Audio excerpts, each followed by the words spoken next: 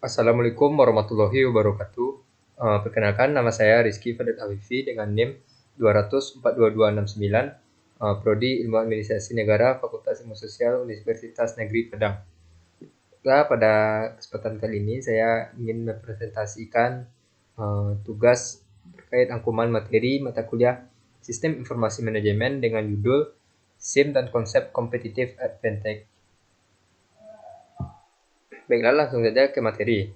SIM dan konsep competitive advantage. Sistem informasi manajemen memainkan peran yang sangat besar dan berpengaruh di dalam organisasi, karena semakin tingginya kemampuan teknologi komputer dan telah menghasilkan jaringan komunikasi yang kuat yang dapat digunakan organisasi untuk melakukan akses informasi dengan cepat dari berbagai penjuru dunia serta untuk mengendalikan aktivitas yang tidak terbatas pada ruang dan waktu. Perkembangan teknologi informasi sangat berperan dalam memberikan pelayanan kepada masyarakat. Oleh sebab itu, banyak organisasi modern membangun dan mengembangkan sistem informasi manajemennya sendiri. Adapun pokok-pokok pembahasan yang terkait dengan materi ini yaitu yang pertama, sistem informasi manajemen bagi pelayanan publik. Yang kedua, sebagai penunjang kinerja organisasi. Yang ketiga, sebagai pendukung dalam pengambilan keputusan atau sebagai penyalur informasi dengan cepat. Yang keempat, sebagai penyalur informasi dengan cepat. Yang kelima, tantangan keamanan atau security dalam penyerapan SIM. Yang keenam, ancaman. Yang ketujuh, kelemahan. Dan yang kedelapan, virus. Pertama yaitu sistem informasi manajemen bagi pelayanan publik. Setiap kantor pemerintahan harus mampu mengidentifikasikan operasi-operasi atau aktivitas terkait aspek penting lingkungan sejalan dengan kebijakan, tujuan, serta sasaran. Selain itu, organisasi pemerintahan juga harus mampu merencanakan serta mengendalikan operasi-operasi tersebut.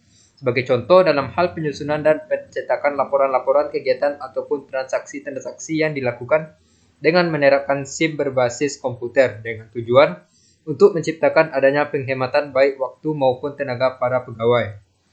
Berdasarkan hal tersebut, maka SIM sudah harusnya diterapkan dalam segala macam bentuk pelaksanaan operasional di instansi-instansi pemerintahan. Penerapan SIM pada dasarnya sangat memudahkan para pegawai untuk dapat menyelesaikan tugas-tugas ataupun pekerjaannya tanpa harus membutuhkan waktu yang lama, biaya serta tenaga yang besar. Yang kedua yaitu sebagai penunjang kinerja organisasi. Pada umumnya implementasi SIM berbasis komputer belum sepenuhnya dilaksanakan secara efektif. Meskipun ada beberapa pekerjaan para pegawai yang telah mulai dilaksanakan dengan mengaplikasikan SIM berbasis komputer tersebut. Hal ini disebabkan masih rendahnya tingkat kesadaran dari para pegawai dalam melakukan penataan ulang terhadap berkas yang diolah, sehingga berkas tersebut masih ada yang bercampur dan tidak urut berdasarkan tahun, jenis berkas, dan lainnya sebagai dalam proses penyimpanannya. Yang ketiga yaitu sebagai pendukung dalam pengambilan keputusan. SIM berbasis komputer memiliki peranan penting bagi setiap atasan dalam sebuah instansi pemerintahan dalam langkah pembuatan keputusan, agar proses pemberian layanan kepada pihak masyarakat dapat tercapai secara maksimal.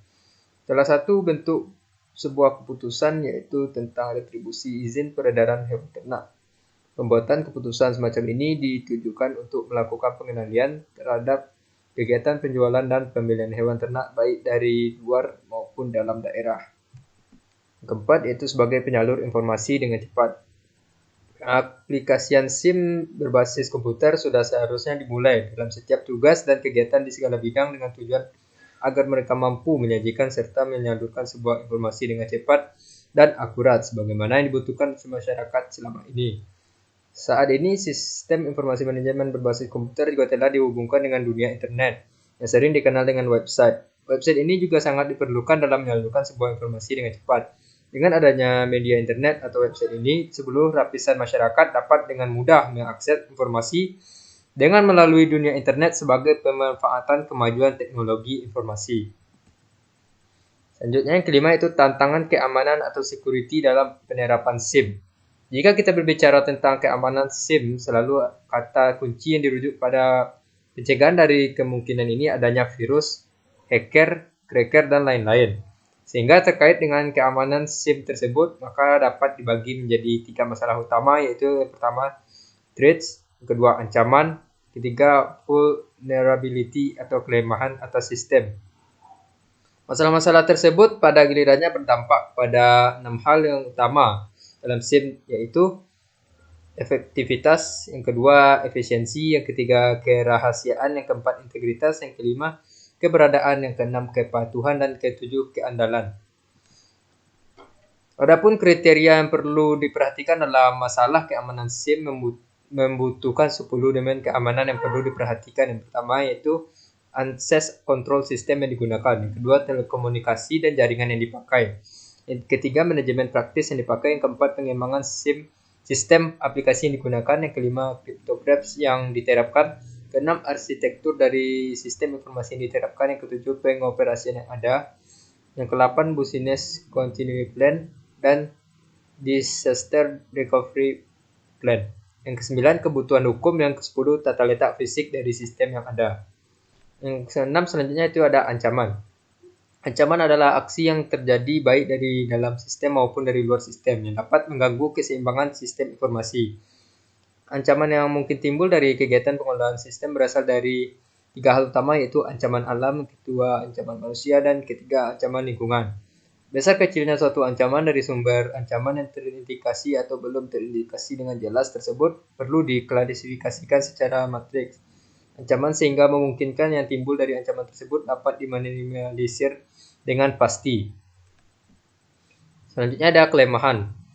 Vulnerability adalah cacat atau kelemahan dari suatu sistem yang mungkin timbul pada saat mendesain, menetapkan prosedur, mengimplementasikan maupun kelemahan atas sistem kontrol yang ada sehingga memicu tindakan pelanggaran oleh pelaku yang mencoba menyusup terhadap sistem tersebut. Cacat sistem bisa terjadi pada prosedur, peralatan maupun perangkat lunak yang dimiliki. Contoh yang mungkin terjadi seperti setting firewall yang membuka telnet sehingga dapat diakses dari luar, atau setting VPN yang tidak diikuti oleh penerapan Kerberos atau NAT. Yang ke-8 yaitu ada virus. Virus komputer adalah program yang mengganggu sistem kerja komputer sehingga dapat menyebabkan komputer sering ngehang, lelet, blue screen, bahkan sampai-sampai untuk mengatasinya kita perlu melakukan install ulang komputer kita. Baiklah, mungkin sekian saja presentasi materi dari saya. Mohon maaf jika ada kesalahan dalam pengucapan.